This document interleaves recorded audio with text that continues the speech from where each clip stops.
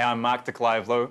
I'm here with Native Instruments, showcasing the Maschine, Complete Control Series keyboard, Complete Control plugin, showing my workflow with them, different use cases, and taking this tour around SAE campuses around the country, West Coast, East Coast, Midwest, down South, and having some fun with it. So first up, what I want to do is just run a little live routine.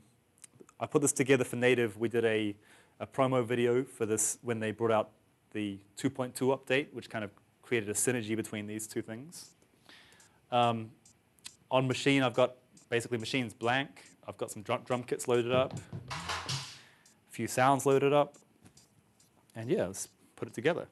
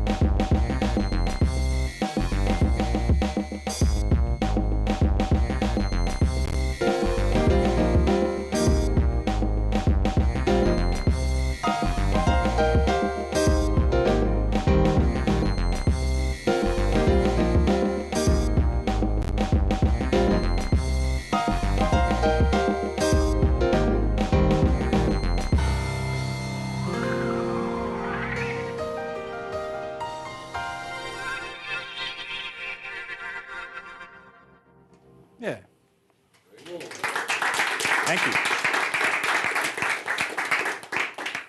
So that's pretty much, that's how I like to use it. I mean, it's a lot of fun, and for me, the creative workflow is so intuitive and quick and natural that it becomes, more of an instrument than a computer-based kind of technology, which obviously it is. But the whole idea with what Native are doing, both with the Maschine hardware and the Complete Control keyboard, is to get you off the computer. The whole idea is that your creativity is focused on making music and not, clicking around and that kind of thing. So you can just get that creativity going. So just very quickly, a brief overview of how I had this set up for that particular routine. I have drum kits set up on the first patches, the first groups. all of the sounds you hear are Native Instruments factory sounds. Like specifically for this routine, I was quite intent on just building stuff from the factory. Oops, effects are on. Let me turn those off. I also had a few macros set up, which are always fun. Cool. So yeah, a couple of drum kits, and then I got into some of the sounds. So as soon as you plug a keyboard in with Maschine, whatever sound you play is going to be pitched across the keyboard. So that's cool for drum programming if you want different pitches without programming them as such. But also, as you can imagine, as soon as you apply some kind of melodic or harmonic sound, here's the session strings. As soon as I hit that on here, it's going to be across the whole keyboard. Session strings is a super nice sample string library, works great. I also use the Razor for that kind of noisy bass sound. With this, I could automate as well. I had one of the filters that I sequenced in Maschine. One of the great things about the keyboard is that with all the NI plugins, all the parameters are pre-mapped. And it tells you what each parameter is here. I can see filter 1, effects 1, effects 2, mod. So I can get straight in there pretty quickly. In this case, there's 16 pages of mapping here. It says 1 of 16, so I know that. With something else, it might say 1 of 4, or 1 of 8, 1 of 2. And everything is kind of mapped in a hierarchical order. So it's supposed to be in a way which is, the things you're most likely to use will be immediately there on level 1. The things you're least likely to use are probably on level 16. Kind of set up like that. Native have also set this up so I know those of you who've used MIDI mapping with various MIDI controllers, you may notice, and I certainly noticed, growing up using analog synths, when I'd turn a control, it felt like I was controlling a MIDI parameter rather than controlling a piece of hardware. So what Native have done have created their own kind of communication protocol where it's not MIDI. It's got a much higher resolution than MIDI. So when I turn a knob, there's a lot more gradients in there. So consequently, it just has a more realistic touch and reaction. So I feel more like, oh, this is an instrument. This is something I can play with. The Monarch I use for that little synth solo vibe. Monarch is a really cool Mini Moog kind of copy or model on the Mini Moog. Works great. Again, as you'd expect, straight away on the top level, I have cutoff, resonance, the contour, polarity, really kind of obvious analog things. I've also got the replica set up here. Replica's a nice analog and digital delay that Native put out quite recently. They've got a lot of cool audio processing plugins. I don't know if anyone here uses them, but the Solid's a great series based on solid state. The Vintage series is great based on URIs and stuff like that. The Reverbs based on lexicons. They're all really nicely put together, great audio plugins. I went on to play an arpeggio patch. So I use Rounds. Rounds here is one of the new synths in Komplete 10. It's really interesting. It has 8 different parts to each sound, and you can turn each part on or off. And then it has an analog synth engine in purple and a digital kind of FM synth in this kind of blue color. You can select what you want for each partition of the sound. You can have them playing all at once. You can have them playing as a sequence from note to note, or in time as, like, say, per quarter note it changes, or per note you play it changes. There's different ways to set that up. The idea is you can have a sound that morphs over time if you want to use it in that kind of sequential manner. So I had this running as an arpeggio. Super simple. I just push the ARP button here, and my arpeggio's on. The arpeggio menu is really accessible here too. Direction, speed, swing, how many octaves, a gate. So for example, I can change the speed, direction,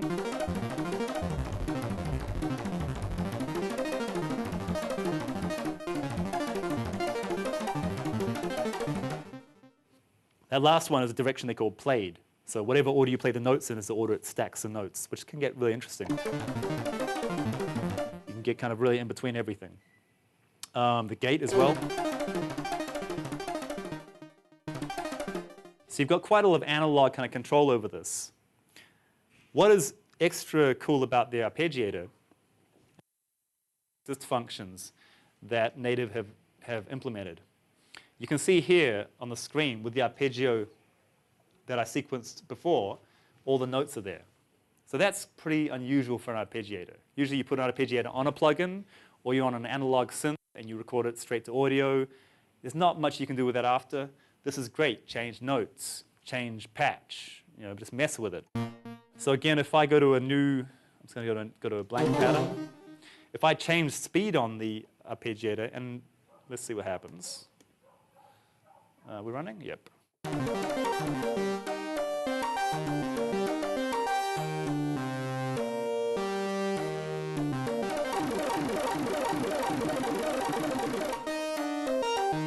So you can see all this, everything's done literally. All the speed changes, everything's printed in a really kind of analog fashion. Old school analog, not analog synth. So the arpeggiator works great with that. It works with any NI plugin. It's about to work with third-party plugins, which is a new addition, which hasn't been the case so far. Great thing with NI, they're constantly evolving the technology and the software, and that's one thing they're about to do, is open up to third party. The other play assist function, as well as the arpeggiator, is a scale function. So I had this piano patch. I'm just going to take the effects I had on there off. Beat delay, filter, reverb. This piano is great, the Gentleman. It's one of 3 new pianos in Komplete 10. This is like one of those old school upright pianos you find in a bar or something. And as a piano player, I see those pianos, I'm like, wow, I wonder what it's like. So this is kind of fun, it has that character. They also have the Grandeur, which is like a concert grand piano, and the Maverick, which is like a grand piano but older with more character. Nicely sampled, very responsive. They're very cool. So the way I had this set up is I had it in scale mode. If I turn scale mode off,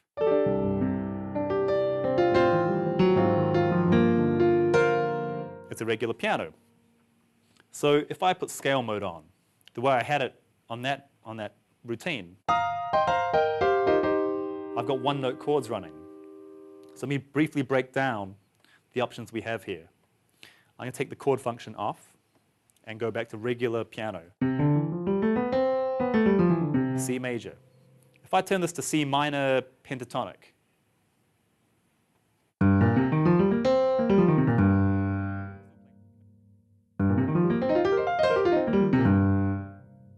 C blues scale, but I'm still playing C major on the keyboard. So this is really useful if you're not that adept on a keyboard, you don't really know your way around.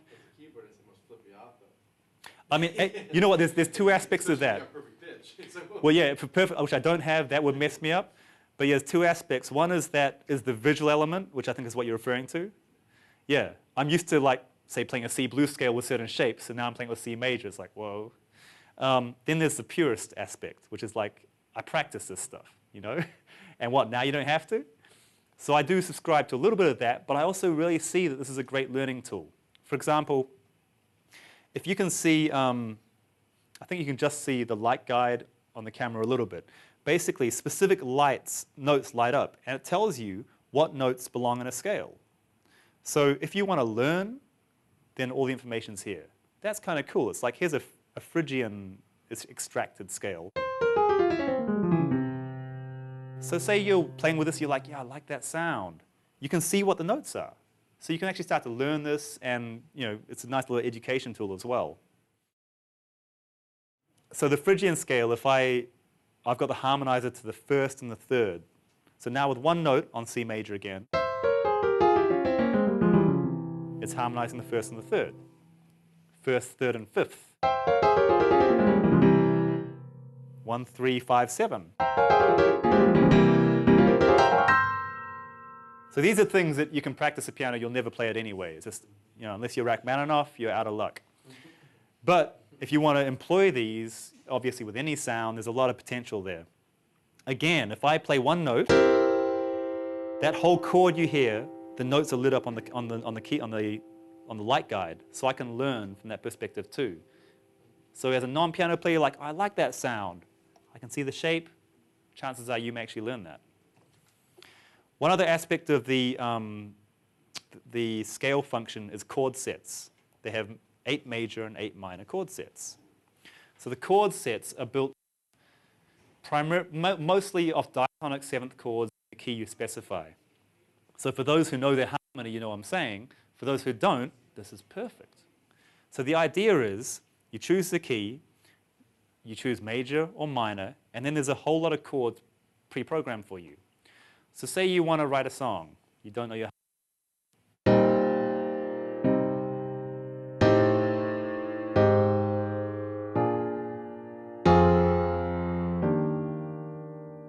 and you can just mess around with this and come up with something which is a fairly cohesive form and structure. Great in a collaborative sense. Maybe you work with a musician and you're not a musician. Maybe you're a musician and you work with a non-musician. So it's quite empowering for that individual who's not so musically inclined as far as the knowledge goes. They can create something and be like, yo, this is a vibe I want to do. You could imagine a singer writing a whole song with that. They write their melody and lyrics. They don't know nothing about chords, but it's like, oh, yeah, I like that. You're like, okay, cool. Well, I know what that is. Maybe you don't know what that is. So if you don't know what that is, the light guide shows you. The notes are lit up straight away.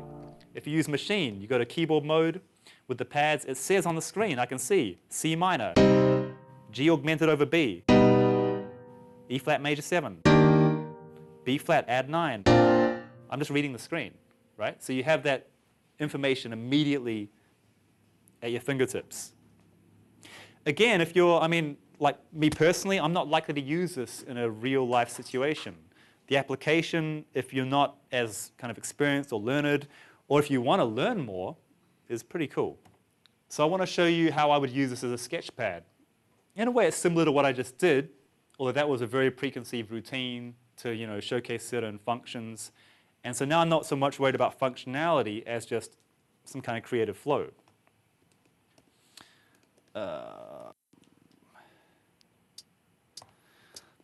So I don't know what I'm going to do, but I've got a few drum kits set up, a few sounds set up. And I just want to look at how I might go about in a flow kind of context, creating a 2-section piece of music.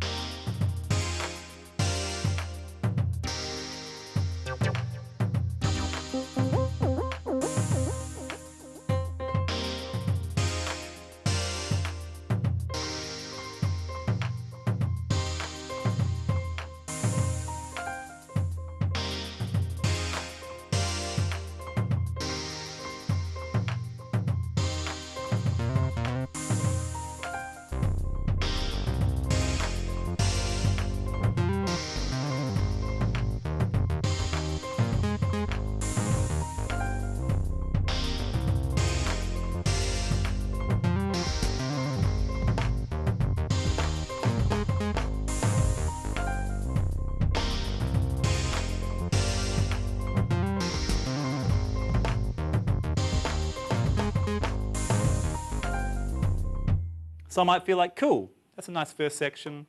Let me find a different section.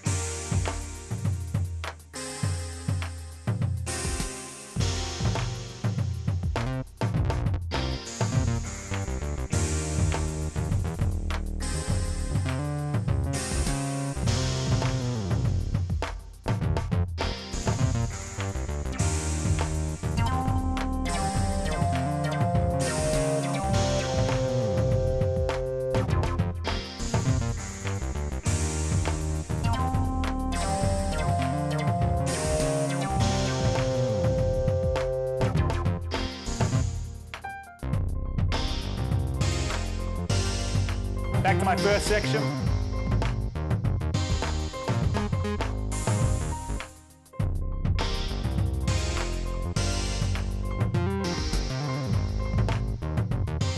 Going to my second section.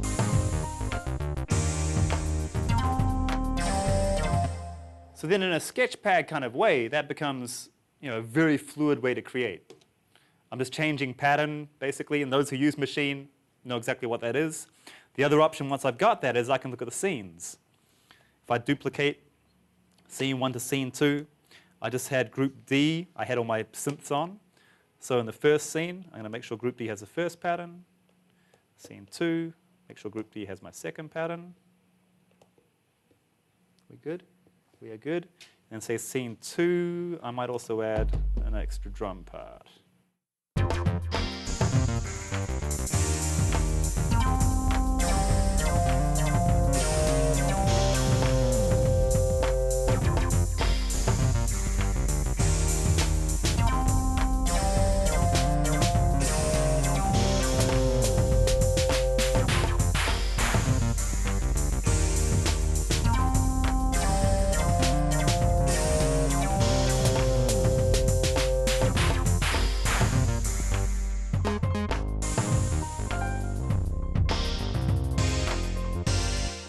And then I've got these two sections kind of done straight away. I can save those or continue to work in this context. I met some guys recently in Atlanta who made their whole albums just in Maschine standalone. It kind of blew me away. If there's one restriction with Maschine right now, it's in scene mode. Those of you who like to edit out a whole arrangement will know what I'm talking about. Those who don't, try it and you'll see. This is being developed. I mean, I've seen some future iterations of the OS already, which are not even beta yet. But there's stuff coming. It's kind of amazing. So I do see that being. Like a timeline. I'm not allowed to say. It's going to be better than it is. That's awesome. And the thing I saw was, it was kind of like they're like, this is a dream 2.5. And then it was actually when 2.2 was just about to come out, and I had to go back to 2.2. It's like, shit. This is whack. But yeah, there's not everything that showed me is going to be in 2.5. I know that for a fact.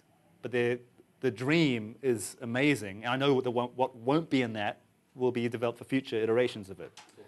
This is a great thing with native, is that they're really concerned about software development. And I don't see that with a lot of companies, to be honest. They don't pay me enough to tell you this for no reason. This is how I feel about it. They listen to user feedback. They react to user feedback. When Maschine first came out, it wasn't the best. It took a year of OS updates for it to get kind of usable. The keyboard had issues when it first came out.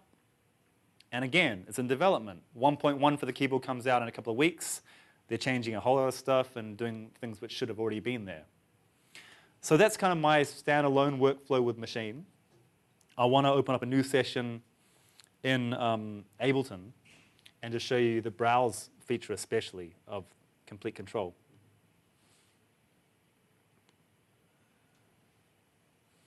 So obviously,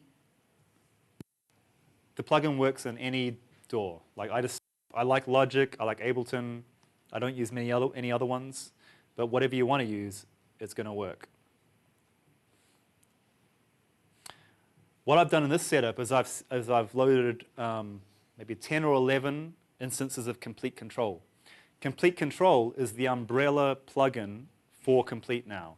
Before, you have to load up whatever plugin you wanted to load up, right? It's like, I want to load up Absinthe. That's gone. So you can see it. Here's the plugin. It's supposed to be blank. Maybe I saved it before. Anyway, that's Complete Control. So I can kind of disregard that and get back to the keyboard. The idea here is that you're off the computer. So I can navigate from track to track, same on Logic, without being on the computer. I do, personally for Ableton, I like to run Touchable as a controller. So I've got that running here. What I want to show you, though, primarily, is the browser. So without loading the plugin, there's a button here that says Browse. The screen just says Press Browse, so it's pretty clear what I need to do. Press Browse. Straight away, I see all my NI stuff that I have. Again, the idea is to get you off the computer, and this is a really cool aspect. So now if I know what I want, this works perfectly. I'll just go to whatever I want and load it up. Just push the button and load it. However, in a more creative flow context, maybe I don't know what I want. Maybe you like to use Absinthe for your pads. Cool. But then maybe there's better pads on something else that you never load up because you don't have it. So the idea of this is we have tags. The tags, those of you using Maschine will be familiar with this. Now this applies to the whole complete range. These tags are editable. You can add them, redo stuff. But it's pretty well sorted out to start with. So for example, if I go to synth pads. Let's go basic pads. So these are all the synth pads that fall under basic pads that are in my Native Instruments collection. I don't know what plugin they are. I don't care what plugin they are. This is the whole beauty of it. So especially when you just want to work, you can just load stuff up. Now, not what I'm looking for, so I'm just going to press the next button on the keyboard, and it loads the next one down that list you saw. I don't need to worry about that list. I'm just using this more like, traditional keyboard.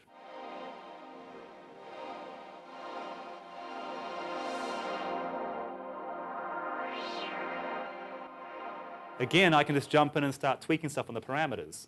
No matter what drum kit you load up, red is going to be a kick. Yellow will be a snare. Oops, I hit a blue one. Blue will be hi-hats.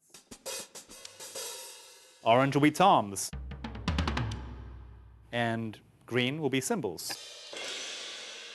That's super useful. You have, like, on Maschine, I have a habit of where I lay things out, so I have good geography with that.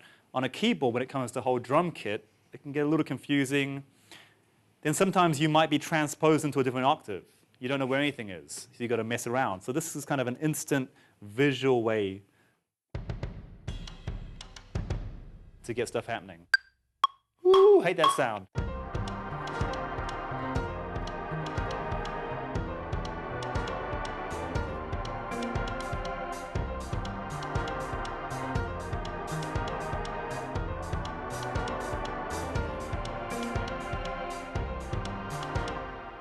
So then next I want to load up the Polyplex. This is fun. Polyplex is one of the new things in Komplete 10 as well. There's like there's rounds, contour, new synths, Polyplex, 3 new pianos, some good stuff.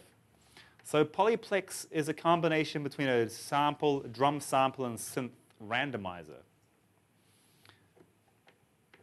So I'm just going to load up one of the presets, and then let me show you here, because it's cool to actually see. Fairly CPU intensive. So it has 8 cells here. Each cell is made up of, well, effectively it's one sound, but there's multiple samples within that sound. So the idea is it's a randomizer, which is some dice. You can see the dice up here. If you roll the dice, it randomizes the balance of the samples, the pitch of them, the envelopes, all sorts of stuff.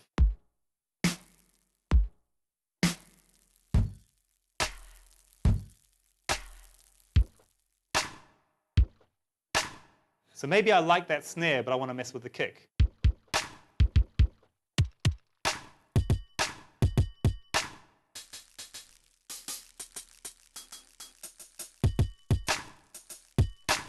So effectively, you have an infinite number of possibilities.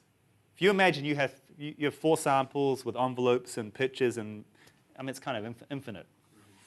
So let me assign this dice to the mod. Nice.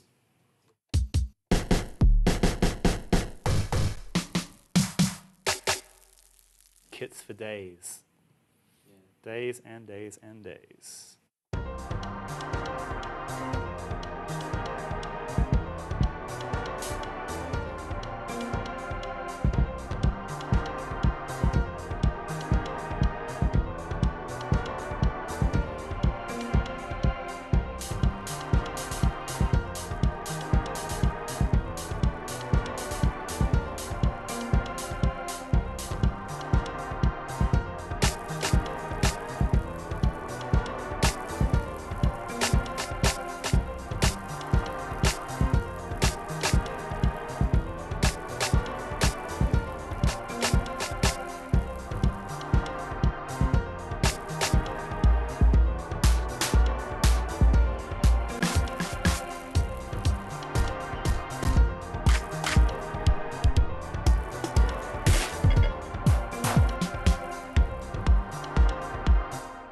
So it becomes a fun way that I can just mess around with sounds, go through a library, see what's happening. And then, I mean, I was going to stop right there, but I keep hearing one thing, so I just want to add it quickly. I want to hear an analog bass of some sort. There's many to choose from. So now when you're scrolling through presets here, it's kind of interesting too. If you're loading, say we had that list on the browser. If these two here are both on Monarch or Massive, then it doesn't have to reload a plugin. It's just changing the preset. Very, very quick. If this is on Absinthe and this is on Massive, it's going to take off Absinthe and then load up Massive. It'll take 2 or 3 seconds, which is not too much to ask.